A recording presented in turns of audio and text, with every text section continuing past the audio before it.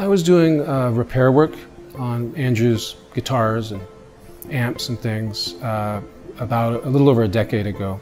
And I had started making these horn shapes.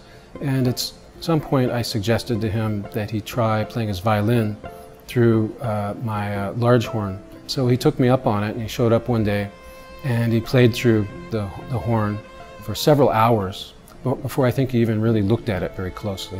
He had it run the gauntlet from a sonic perspective, and finally he looked up kind of approvingly and said, "I think I can use this." It's a mechanical dynamic, and it's a traditional sound reproduction medium, a marrying of 1930s tube technology and horn technology with present-day digital technology.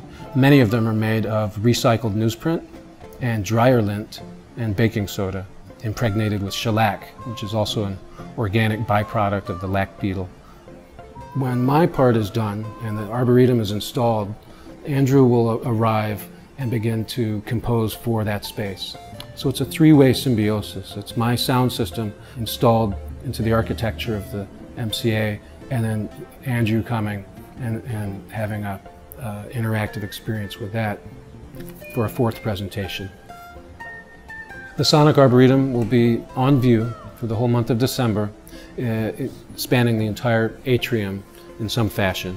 We're hoping to intermingle the Arboretum with the audience. There likely will be compositions which are specifically spatial in their intent, that will literally pull people around. It's going to be a very site-specific experience. It shouldn't be missed.